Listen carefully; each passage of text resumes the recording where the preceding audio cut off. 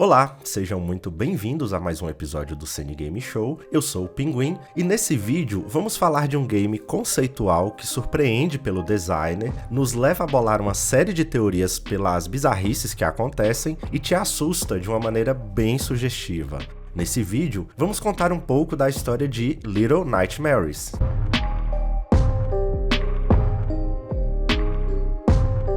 Little Nightmares é um jogo em 3 dimensões desenvolvido pela TCA Studios e publicado pela Bandai Namco.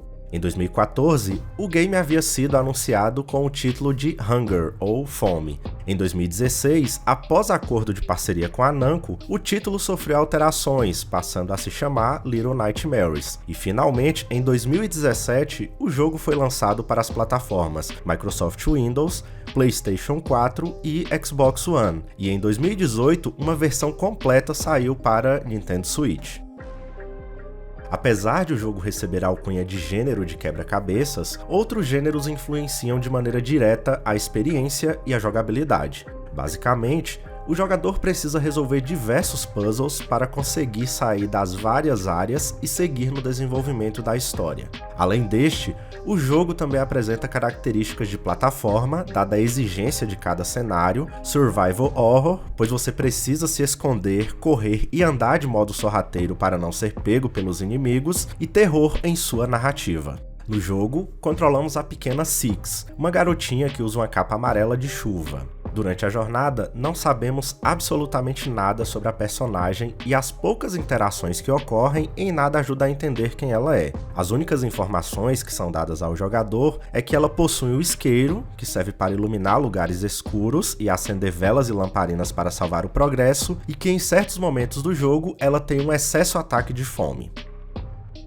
A história é bastante turva e obscura na maneira de como os fatos são entregues. É possível deduzir algumas coisas pelo cenário, no entanto, boa parte do que é apresentado não demonstra clareza. De certo modo, esse estranhamento por parte do jogador contribui no terror narrativo mencionado e no envolvimento de quem joga. Eu vou tentar explicar com mais calma. O jogo começa com a Six acordando em um lugar estranho, que não se demora a se fazer perceber que se trata de um navio.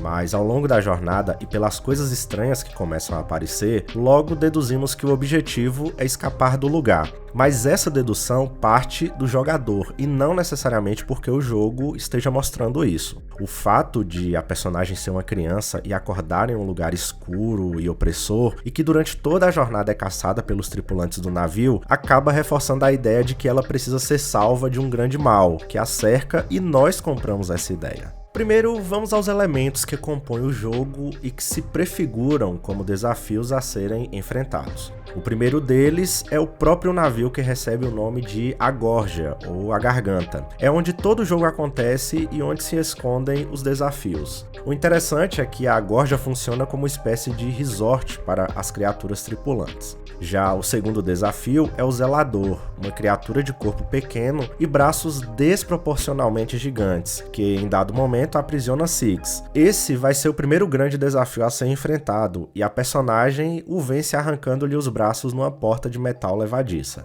Também temos os chefes gêmeos, e estes são responsáveis por preparar a comida servida no navio. Aqui a história ela vai ficar um pouco macabra, pois o jogo dá a entender que talvez eles usem os próprios tripulantes como ingredientes. E por falar em tripulantes, estes também não são nem um pouco inofensivos. Quando aparecem no jogo, estão sempre comendo de modo voraz e insaciável. Eles possuem uma aparência muito volumosa e corpulenta e sempre que veem a personagem, tentam comê-la. E por fim temos a dama e possivelmente a dona ou administradora do navio. Apesar de sempre usar máscara, na concept art é possível notar que ela tem uma aparência idosa e bem monstruosa. Uma curiosidade é que os espelhos, que estão espalhados no seu quarto, eles estão todos destruídos, rachados.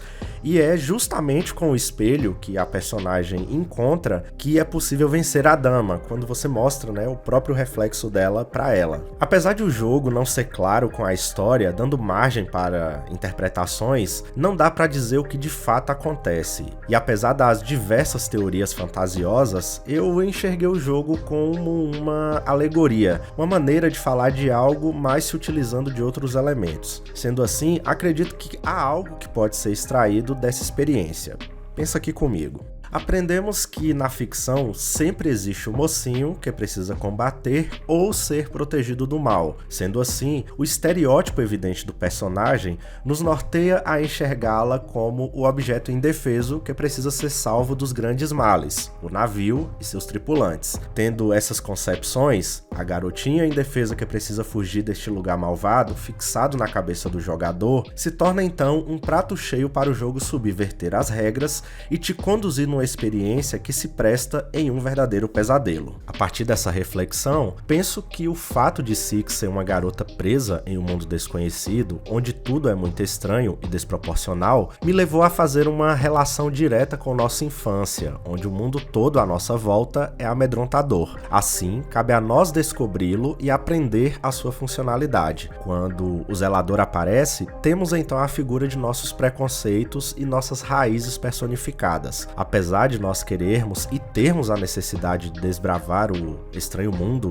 nosso contexto original possui mãos longas e sempre quer nos aprisionar. Assim, precisamos arrancar fora esses braços que nos aprisiona e nos amedronta para podermos experienciar e aprender coisas novas. Os gêmeos e a comida também pode ser uma alusão ao nosso cotidiano e às coisas que nós queremos consumir. O tempo inteiro estamos buscando motivos que sirvam de objetivo de vida. Ganhar mais dinheiro, comprar uma casa, passar numa prova, conseguir namorar a pessoa ideal, entre outras. E mesmo quando atingimos esse objetivo, não nos sentimos satisfeitos e assim queremos consumir mais. Os tripulantes são as pessoas do mundo real que não se saciam e a dama é aquela que, mesmo tendo a fama e o poder, não consegue vencer um curso natural da vida, a velhice.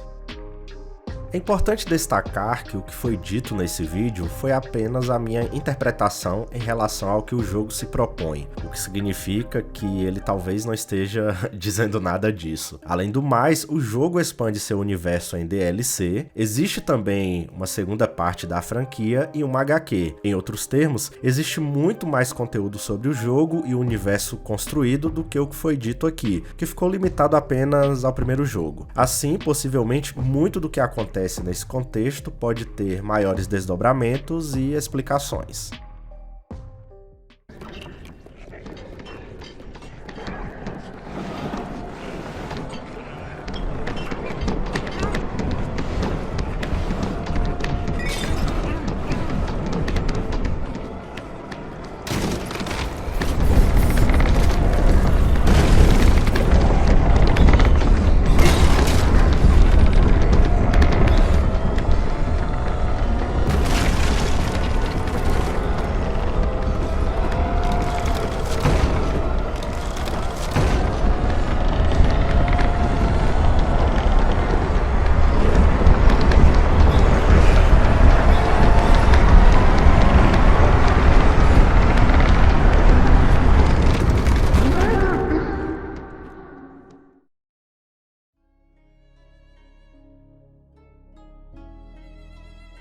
Existe um pensador alemão chamado Arthur Schopenhauer que reflete sobre o vazio existencial que afeta o ser humano. Em um de seus textos, escreve o seguinte, abre aspas, "A vida é uma constante oscilação entre a ânsia de ter e o tédio de possuir." Fecha aspas. Isso quer dizer que existe em nós uma fome voraz de ter o que não temos e quando conseguimos, temos mais e mais fome de outras coisas. Posso dizer que enxerguei em Little Nightmares uma obra cujo objetivo é encantar pelo seu design bizarro, assustar pelo desconhecido, nos atiçando a curiosidade, e por causar certa frustração e questionamento em relação ao seu final, que foi nitidamente intencional, pois assim é a nossa vida, ter uma fome insaciável que nos frustra por não preencher esse vazio e por nos fazer entender que no fundo, em sociedade, nós somos os verdadeiros inimigos insaciáveis, mesmo sabendo que estamos todos presos no mesmo barco.